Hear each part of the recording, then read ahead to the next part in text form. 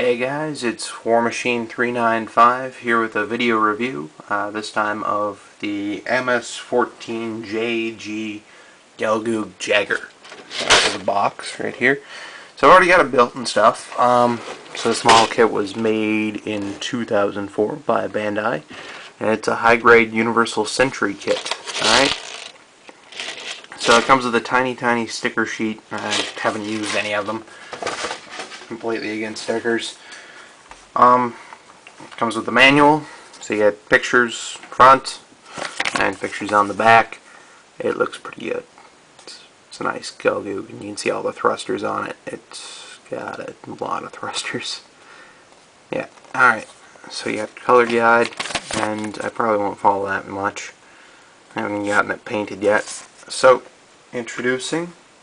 So this is what you get out of the box, and stickers, right?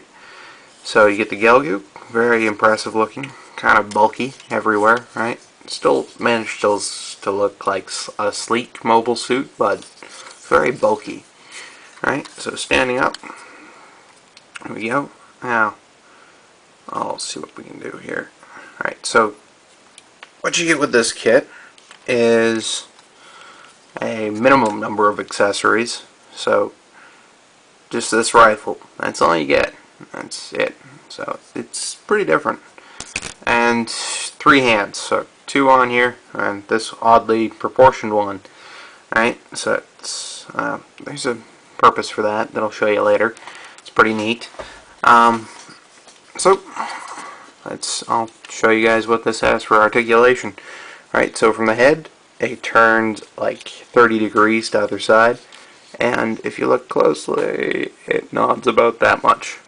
So it's, well, a 7-year-old high grade, right? So it isn't that bad, really. And I guess the proportions of the Gelgoog just don't allow much movement anyway. So 90 degrees here, and a little up here.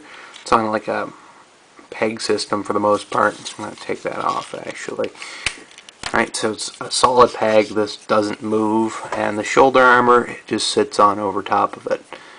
It just slides in, right? So it's a pretty detailed shoulder, though. It looks pretty good. Shame about the seam line that goes straight up the middle, though. That's going to make it a pain to paint at some point, anyway. So you can kind of see what the shoulder looks like. It rotates here, and it has just the usual rotation around that.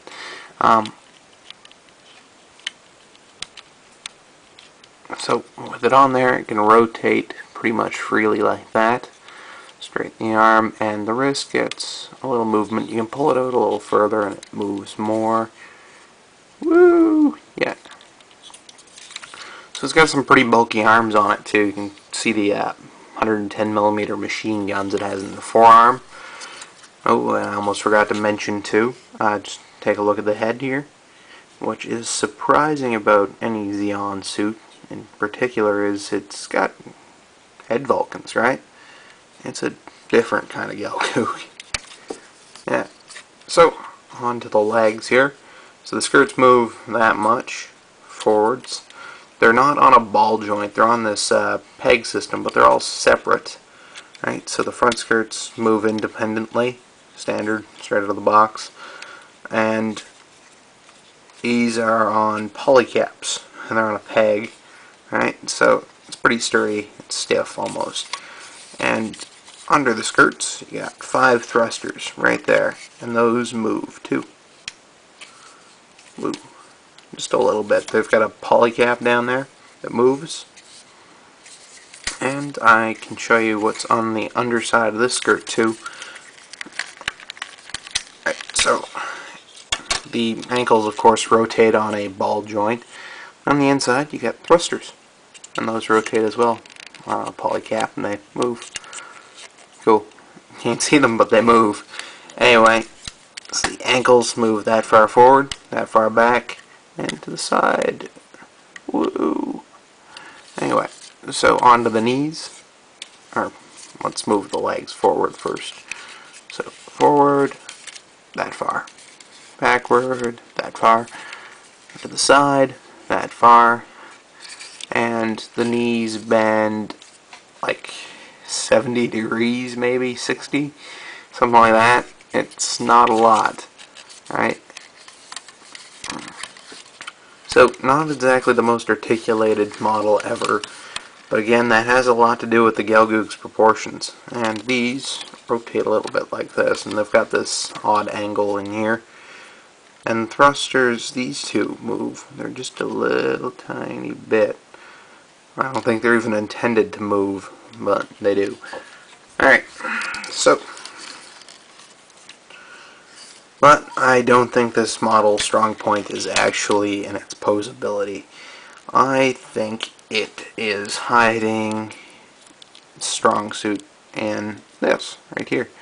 The rifle, okay, that pops in, boink, and you do this, check. So you swap out your hand for the terribly proportioned one that's like this.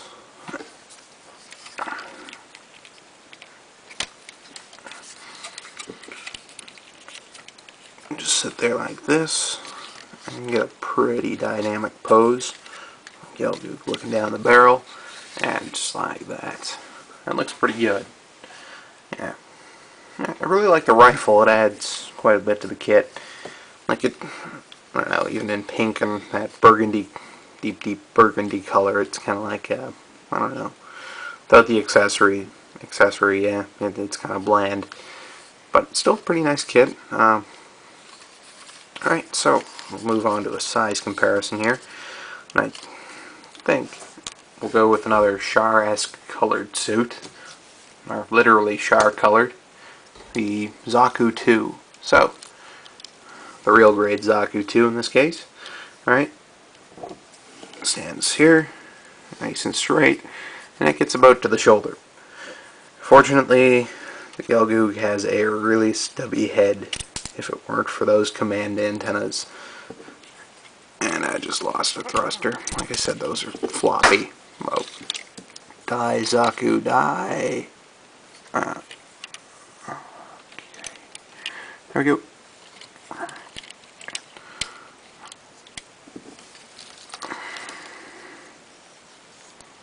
There we go. So